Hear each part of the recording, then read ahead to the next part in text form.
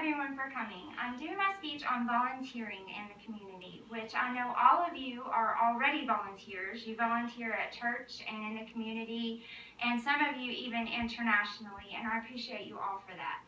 And I know some of this may seem redundant, like you already know this, but I'm wondering how many of you know about the statistics for volunteering overcoming depression and how depression runs rampant in our society. And I'm hoping that maybe some of this information can help you when you're trying to convince other people to volunteer in the community. Depression is a phenomenon in America. Approximately 9% of Americans identify with some form of depression. People who volunteer actually experience more overall happiness and less stress and anxiety. I believe volunteering relieves people of depression, brings joy to the volunteer and those being given to, and makes the community and the world a better place.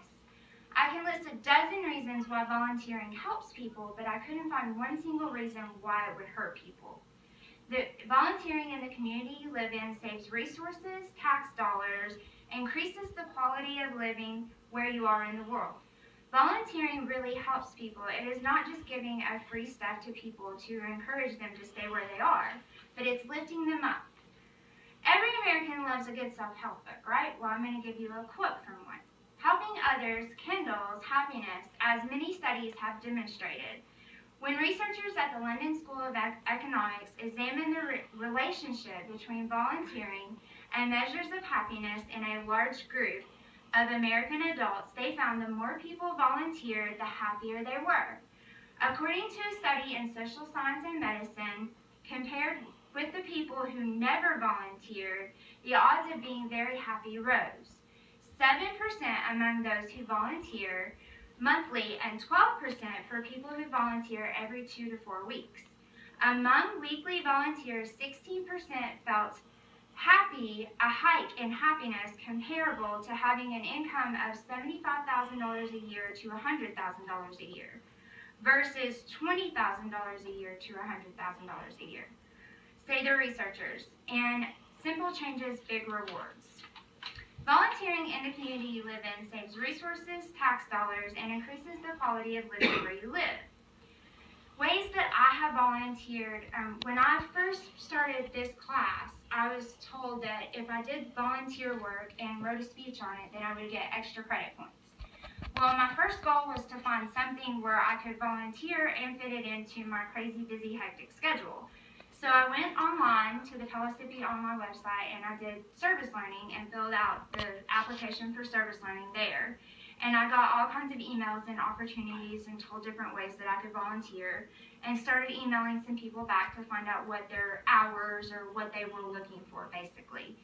And the other thing that I did is there's a Knoxville page where you can go find different volunteer opportunities, so I looked at that. One of the things that I signed up to do, which I honestly have not had the time to do this semester, but I want to do it in the future, is the American Red Cross. I filled out the background check and all the information and all of that for the American Red Cross, but I haven't had the opportunity to complete my training. What I did find out is that I can get free access to all the UT football games, all the basketball games, everything like that locally by being an American Red Cross volunteer.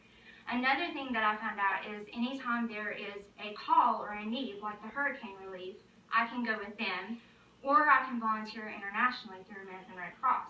These are things that I've always wanted to do and never had enough money to be able to do, and I didn't know how to even do it. Now I know that I can go with the American Red Cross as soon as I complete my training. So that's something I look forward to beyond school. What I have been able to do this semester is I volunteered with the YWCA, which I didn't even know what was before I volunteered. It's a program in Knoxville where they house over 200 women, and they help women get back on their feet, so to speak. They give them a place to live where they have to pay rent, but it wouldn't be as much as an apartment. And they have to have a job, and they have to take certain classes like financial workshop classes and things like that. They are given a second chance at life. And the way that I volunteered was my small group and I went and we opened up a boutique for these women to go in and basically shop for free for clothes to make themselves feel better and be able to go out to job interviews where they can feel confident and like successful women. So they got clothes and handbags and shoes and things like that. Another way that I've volunteered is I've been volunteering since I was very small in nursery at church. And then I moved to the kids ministry, and I got into the kids ministry at my church because I went to the children's pastor and asked her, hey, how do I work here? How do I get started? So I filled out the paperwork, did a background check, and now I'm in kids ministry. I have been since I started years ago. But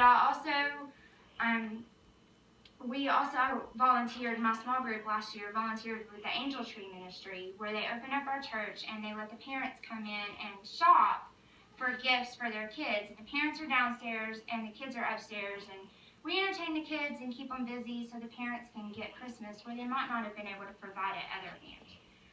This semester I also volunteered at Be with the Zoo, which was a little more in my realm because it was with kids, and I dressed up like Spider-Girl and got to take pictures with lots of little Spider Girls and Spider Boys, and that was a hoot. But the Be with the Zoo, the place where I volunteered, I don't know what to call it, I guess a booth, would be Dolly Parton's Imagination Library, which they handed out stickers, which I learned the kids were not too happy about. They would rather have the candy. But I also saw that a lot of parents that may not have known about the free books that they could get in the mail signed up for it. So these lower income families that are going out for free candy are now going to get free books to read to their kids. So I thought that was a really great thing to see, all these parents signing up for this.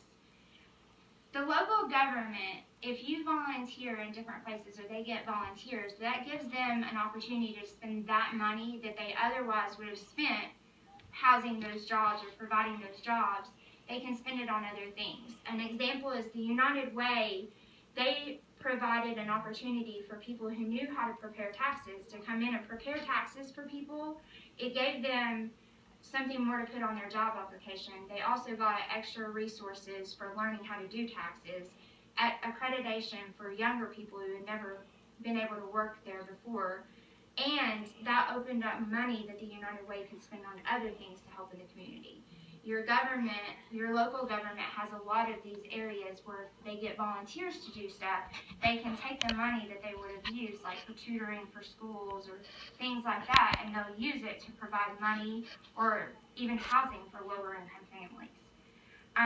The Kids Center that is associated with the YWCA, they ask for tutoring and they ask for help. And if they get free tutors, then they provide snacks for these kids who sometimes come there because they don't want to go home and there's nothing to eat at home.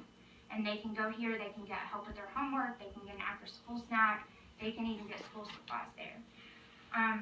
A lot of times when we post on social media, when we see something that our friends have done on social media, it makes us want to do it too. So if you think of the keeping up with the Joneses mentality, your friend gets a new car, your friend gets a new house, your friend gets new clothes, goes on vacation, you want to do that too. It sparks something in you. So if your friend is out handing out blankets to the homeless or tutoring kids in need and they're posting about it on their social media, it automatically makes you want to do it too. It's just something that sparks in us as humans. In fact, volunteerism is really just a more organized form of something all of us do all the time, every day. You're always giving of yourself. You're giving of yourself in your time right now. An expression of empathy in some way, in some relationship, all the time, as a parent, a partner, a worker, a citizen. In that sense, you're always volunteering. Volunteering brings a sense of strength to the community. When people start to give, it builds the entire group of people up versus tearing them down. It turns the thought of only the strongest survive into all people matter and we can make this world a better place. You may not call it that, but it feels like a natural function. An example of that perspective is found in the Buddhist tradition, in which compassionate action is thought of as a natural expression of connection. It's like when you cut your finger. You don't have to be told that you need to go wash it off and get a Band-Aid. It's just something you naturally do because you've cut your finger. It's something we as humans naturally do. We want to lift each other up. We want to make the world that we live in a better place. And that's what volunteering in our community does. And volunteering in the community you live in saves resources, tax dollars, and increases the quality of living where you live. It builds other people up, encourages them to do better, and helps them get on their feet, become active members of society. I hope that because my kids see their parents volunteer and give up their time and resources, it will make them want to give back to their society too.